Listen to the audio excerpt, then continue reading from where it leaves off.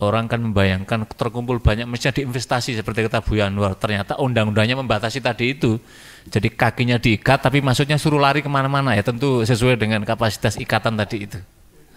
Nah, dari sinilah kemudian akhirnya angka tadi kenapa subsidinya tinggi dan seterusnya itu menjadi penting. Atau mungkin juga begini Pak Amri, ini sekaligus bertanya juga Pak Amri. Kan kita nggak bisa juga menafikan di surat Al-Hajj wa adzin finnas ya'tuka rijalan wa ala kulli dhamirin min kulli fajjin amik. Nabi Ibrahim serukan lanat orang yang datang. Lah, orang yang akan datang itu 2005, 2009 yang sudah daftar Pak. Sudah jual sawah, jual kambing, jual sapi, nggak ada lagi yang bisa dijual untuk berangkat tadi 2009. Kalau ini nggak bisa berangkat, kita ini dolim Mbak, termasuk Bapak juga. Mungkin di dunia nggak ditangkap, tapi di akhirat ditangkap sama malaikat Pak. Karena itu mungkin ada nggak begini Pak, misalkan tawaran begini. Oke, yang 40 hari ini, inilah paket misalkan 90 juta yang tadi kata Bu Risman tadi itu. Ada paket 30 hari, ada paket 20 hari, ada paket yang paket hemat itu 15 hari, semuanya terlaksana untuk memadai orang-orang yang sudah jual setoran di awal istitoah di awal tadi itu, sawah, ladang, sapi, kambing udah nggak ada lagi yang dijual ketika berangkat. Ini adalah mengakomodasi konteks teks ayat tadi itu, kemudian manajemen pengelolaan tadi dan lainnya. Tapi kan lagi-lagi kan itu nggak mudah, tapi kan bisa prakteknya dalam umroh gitu. Ini bagaimana ini dari Bapak ini? Monggo saya persilakan Pak Amri dulu. Jadi Pak Ziyad ya, dalam diskusi yang kemarin saya ikuti ya bersama-sama dengan Panja DPR itu, memang sudah ada pemikiran ya untuk membuat kegiatan penyelenggaraan haji ibadah haji kita itu lebih efisien ya, lebih pendek. Misalnya kemarin ada pemikiran untuk membuat dari 40 hari menjadi 30 hari. Nah, ternyata itu tidak mudah eksekusinya. Ini persoalan yang terkait dengan embarkasi. Ya, 40 hari itu adalah skenario yang paling ideal ya, yang bisa mengangkut seluruh jamaah haji kita on schedule dengan 2 embarkasi yang tersedia. Karena kalau misalnya kita percepat, itu akan bentrok dengan jadwal-jadwal dari negara-negara lain. Nah, solusinya itu adalah bagaimana menambah 1 embarkasi lagi. Kalau ada 3 embarkasi, maka hari berhaji itu bisa 30 hari. Dan itu pasti akan ada efisiensi yang sangat besar. Ya, itu yang sedang dipikirkan oleh pemerintah dan diharapkan tahun depan itu sudah terwujud. Kemarin teman-teman dari DPR dan pemerintah itu berkunjung ke Arab Saudi dan salah satu pembicaraan yang dilakukan itu adalah bagaimana mendorong bandara Taif ya itu bisa digunakan untuk kepentingan haji tahun depan. Untuk umroh sudah digunakan. Yang kita ingin ikhtiarkan dan ini memang tugasnya BPKH. Ya. Kita diminta untuk mulai proaktif bisa melakukan investasi di Arab Saudi. Ya, investasi di hotel, investasi di catering, investasi di transportasi. Investasi di Arab Saudi itu tidak dalam rangka untuk mencari return tinggi, tapi untuk menurunkan ya biaya operasional ibadah haji. Nah, problemnya Bapak Ibu sekalian tidak mudah untuk bisa berinvestasi di sana. Karena sampai sekarang regulasi mengatakan kita tidak boleh memiliki properti lebih dari 30 tahun. Yang kedua, kalau kita ingin bikin SPV, subsidiary di sana, itu harus ada mitra lokalnya. Yang ketiga, kalau kita berinvestasi di sana, itu pajaknya tinggi, Pak. Jadi belum ada tax treaty antara Indonesia dengan Arab Saudi. Nah, belum lagi pengalaman dari beberapa lembaga-lembaga private yang sudah investasi di sana, bekerja dengan mitra lokal, mereka gagal semua itu. Jadi kita sudah coba merintis ini Pak, ya sedang berupaya untuk bangun SPV, mencari mitra yang kredibel sehingga kita memungkinkan untuk investasi di Arab Saudi setidak-tidaknya untuk tahap awal ya investasi di akomodasi itu atau di hotel. Ya. Tidak perlu bangun hotel, kita sewa jangka panjang aja itu juga cukup bagus Pak sebenarnya. Iya. Tapi kontrak setiap tahun Pak. Ya. Nah problemnya gini Pak, kalau lembaga tabung haji dia bisa kontrak 5-10 tahun karena off takernya dia sendiri Pak. Ya, dia kontrak, dia sewakan, kemudian dia bisa mobilisasi jamaah ke tempat itu. Kalau kita kan enggak ini Pak. Kalau BPKH ya melakukan kontrak misalnya dengan hotel 10 tahun atau 5 tahun, kita belum dapat garansi ini apakah jamaah haji akan berangkat, akan ditaruhkan di situ. Karena operasionalnya ada di Kementerian Agama. Ya kan, makanya kita sekarang lagi membangun sinergi ini. Ya, kita bikin komitmen bersama. Oke, kami akan kontrakkan ya hotel di Mekah misalnya. Kita butuh setiap tahun itu Pak kalau haji bisa sampai 150 hotel untuk menampung jamaah kita yang jumlahnya 220.000 itu. Kalau Malaysia dia cukup 10 hotel aja. Lebih simpel buat mereka. Nah kalau kita nanti sewa jangka panjang misalnya sampai 100 hotel itu hanya dipakai hanya untuk kepentingan jamaah haji, 11 bulan berikutnya dipakai untuk apa? Nah umroh kita Bapak Ibu sekalian itu 1 tahun kan cuma 1,5 juta. Iya kan, jadi paling mampu setiap bulan itu cuma 30 sampai 50 ribu kan. Itu hotel kita menjadi mubazir. Jadi kita lagi mencari rasio yang tepat, ya berapa hotel yang perlu kita kontrak dalam jangka panjang, yang kemudian hotel ini bisa kita optimalkan dengan baik. Ya, itu problem yang kedua. Problem yang ketiga, kami ini Bapak Ibu sekalian, pengurus yang sekarang itu masa baktinya hanya 5 tahun. Ya, kalau kami kontrak sekarang dengan hotel A, ya, kalau kemudian pengurus yang akan datang punya visi yang berbeda, dia mengatakan ini hotelnya nggak bagus, saya mau pindah hotel yang lain. Nah, itu kan agak problematik Pak. Nah, termasuk yang direct investment Pak Irwan. Kalau kita inisiasi bangun indirect investment sekarang, pengalaman saya waktu di lembaga saya yang lama itu Buya, kalau kita investasi di direct investment itu grace periodnya bisa 3-5 tahun. Jadi nggak bisa kita investasi sekarang langsung dapat return pada saat itu. Ya. Apalagi kalau kita masuk di greenfield. Ya. Nah, yang kita khawatir kita investasi bangun subsidiary baru dalam tahap perintisan belum memberikan return, tiba-tiba pengurusnya berganti. Nah, saya nggak mau investasi di situ, saya mau investasi tempat lain. Ini bisa persoalan kan? Nah, itu problematikanya. Jadi tidak mudah memang ya mengelola dana publik ini, apalagi ekspektasinya tinggi. Jadi beberapa hal yang saya sampaikan tadi mungkin perlu kita pertimbangkan ya, yang membuat kami harus agak ekstra hati-hati sehingga dana haji ini betul-betul dikelola dengan baik dan tidak membuat jamaah kita cemas. Gitu. Saya kira itu Pak Moderator yang bisa saya tanggapi. Makasih Buya, mungkin karena di sesi akhir ini Buya ada sama. Terpesona saya lihat Pak Amri ini. Cuma saya takut juga tahun ini ya. Itu kan tadi 98,9 juta per orang kan ya. Turun menjadi 90 juta. Itu salah satu yang dikurang itu adalah makan. Dari 3 kali sehari menjadi 2. Sementara orang kalau haji itu yang memerlukan tenaga. Jadi kesimpulan saya nanti ini begitu haji selesai mereka pulang ke tanah air pada sakit semua ini. Ya. Karena apa, gizinya sudah, tenaganya sudah terkuras. Oleh karena itu bagi saya yang terpikir ya mengurangi dari 3 kali makan ke 2 kali berat itu, apalagi bagi orang Padang. Maaf itu. Orang Padang itu orang miskin itu tuh, jadi bahaya menurut saya, bahaya sekali itu. Yang pertama, yang kedua ada kesamaan saya dengan Pak Amri ya. Kalau saya tadi kan mengusulkan 3 institusi yang mengurus haji ini. Yang menyangkut ibadah dan manajemen itu Kementerian Agama lah. Siapa yang akan haji itu urusan Kementerian Agama.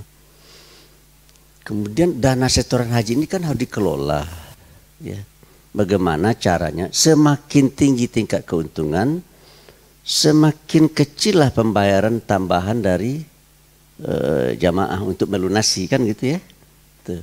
Jadi BPKH menurut saya fokus kepada bagaimana caranya mengelola dana setoran ini supaya bisa menghasilkan manfaat yang sebesar-besarnya. Saya butuh yang ketiga, menghabiskan dana itu. Ketika kita akan haji, berapa ongkos pesawat, berapa ongkos biaya hotel, berapa biaya transportasi, berapa biaya makan gitu ya, dan souvenir macam-macam gitu. Nah, itu ada lagi badannya khusus gitu menurut saya. Dan itu lobis apa itu kelas dunia itu menurut saya itu ya, yang betul-betul mengerti bisnis, pandai berbahasa Inggris, pandai berbahasa Arab gitu. Kalau dia pintar berbahasa Jawa, enggak bisa itu menurut saya itu ya. Ya, enggak bisa. Jadi memang masing-masing itu ada bidangnya dan ada ilmunya gitu ya.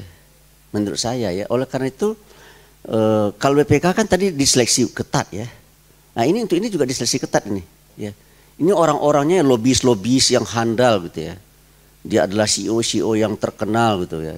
Ya, yang artinya yang akan diharapkan bisa nego dengan Raja Saudi, punya hotline dia dengan raja, dengan pangeran gitu kan, dengan masyayikh yang ada di sana gitu. Dan kalau itu bisa dilakukan ya, saya yakin dan percaya ya, biaya haji bisa ditekan. Biaya haji bisa ditekan, keuntungan dana setor haji meningkat.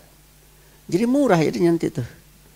Ya, jadi kalau seandainya itu bisa kita lakukan ya akan sangat bagus. Cuma pertanyaan saya, mau nggak Kementerian Agama melepaskan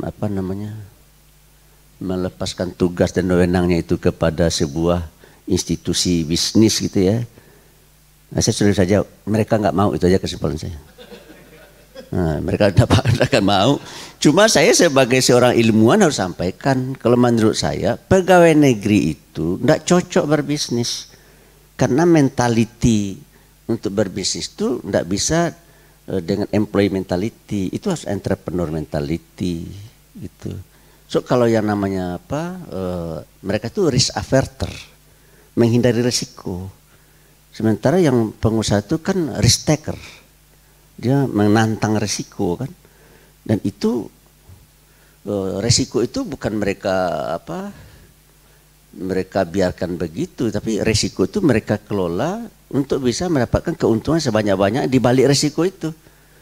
Nah, makanya kalau employee mentality, dia begitu resiko dia lari, dia menjauh dari resiko. Kalau entrepreneur itu dia resiko itu dia kelola menjadi profit gitu.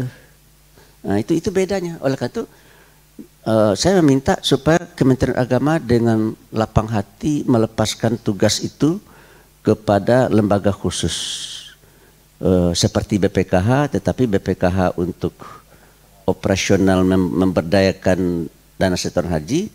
Kalau yang lembaga ini khusus fokus untuk bagaimana caranya supaya dana yang disediakan untuk haji itu bisa termanfaatkan sebaik-baiknya dengan seefisien mungkin.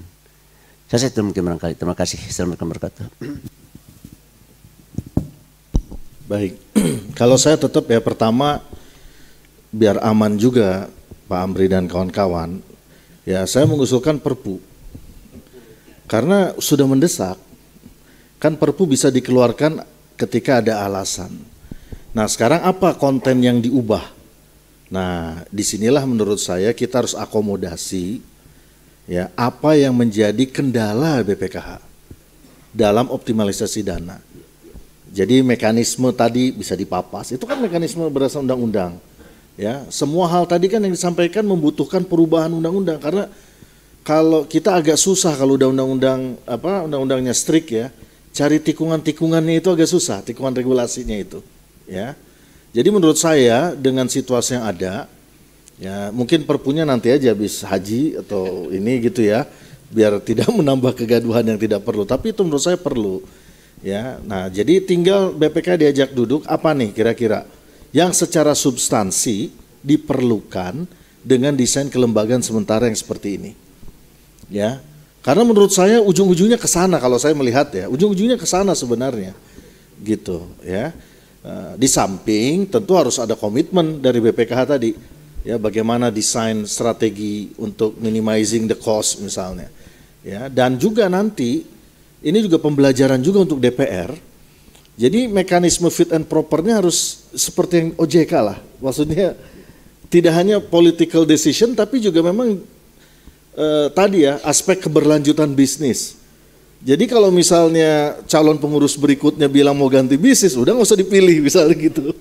Ada hal-hal seperti itu gitu, technical aspek yang menurut saya ini juga perlu juga untuk teman-teman DPR gitu ya dalam konteks perbaikan sistem ke depan. Tapi kalau sekarang yang paling fundamental menurut saya adalah keluarkan Perpu, ubah beberapa hal ya dan akomodasi ya tentu nanti Pak Amri dan kawan-kawan harus tanggung jawab nih. Anda sudah diakomodasi dengan perubahan ini Perpu ya maka harapannya dalam tanda petik kiamat di ujung kepengurusan beliau bisa dihindari, kira-kira begitu.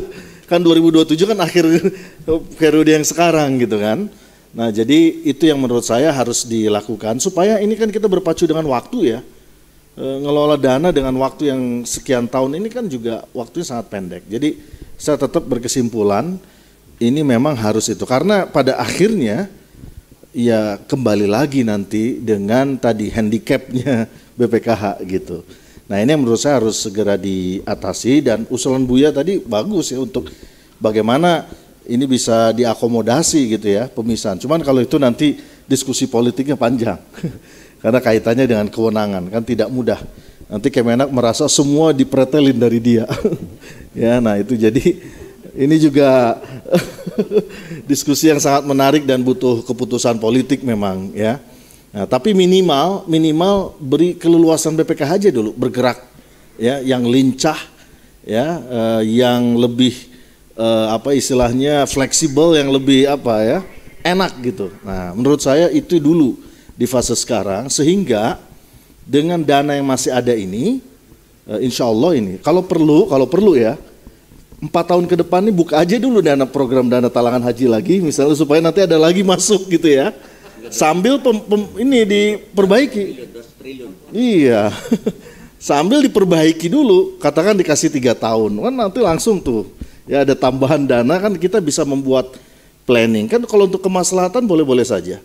Ya, apalagi itu juga ya kembali lagi kepada definisi istitoah. Istitoah itu apakah harus cash and carry atau istitoah itu bisa lewat pembiayaan. Kan pembiayaan membayar cicilan juga istitoah gitu kan.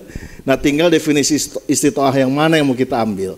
Tapi maksud saya ini bisa jadi salah satu cara ya untuk bagaimana mengantisipasi situasi. Tapi kalau di sini saya saran saya satu Perpu, yang kedua BPKH berikan ruang yang lebih fleksibel, yang lebih luas gitu ya. Walaupun tadi sebenarnya dari sisi investment liberal ya.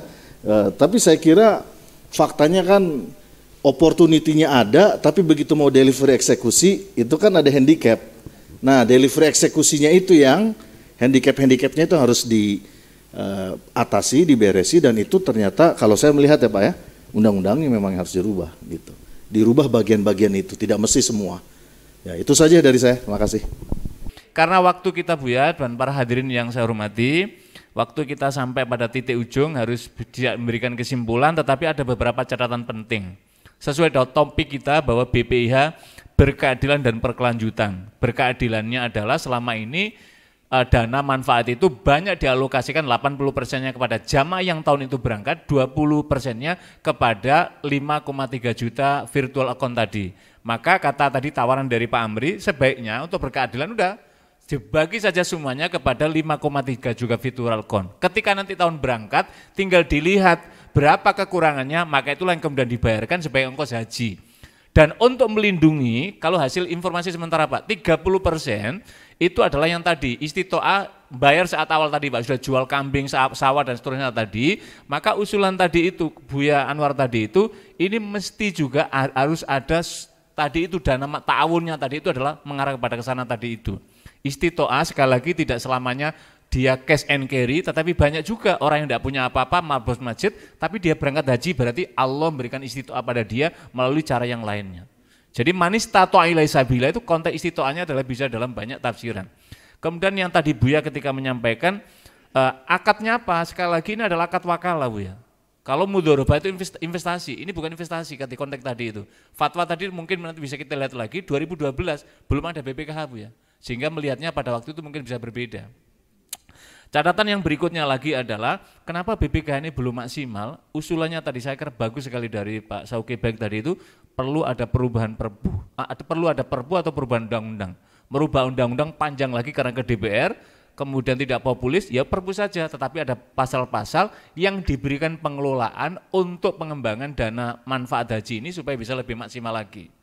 Yang keempat apa? Masyarakat perlu ada edukasi dan sosialisasi terkait dengan pembiayaan haji ini berapa sih real cost-nya. Supaya masyarakat juga perlu mendapatkan sehingga saat nyetor tadi dia udah nabung. Oh ya nanti saya berangkat, saya perlu sekian, tabungan saya sudah ada, si tidak bagtatan ujuk-ujuk naik usulan 69, ya pasti banyak yang pingsan gitu loh. Sawah udah nggak ada, kambing udah nggak ada, ini real Bu ya. Saya pulang dari Jawa Timur, saya nggak bisa berangkat Pak, sawah saya, sapi saya semua sudah saya bayar saat bayar itu, apalagi yang mau saya. Semacam ini maka perlu ada pembelaan tadi itu Pak, subsidi dalam konteks ta'awun tadi itu.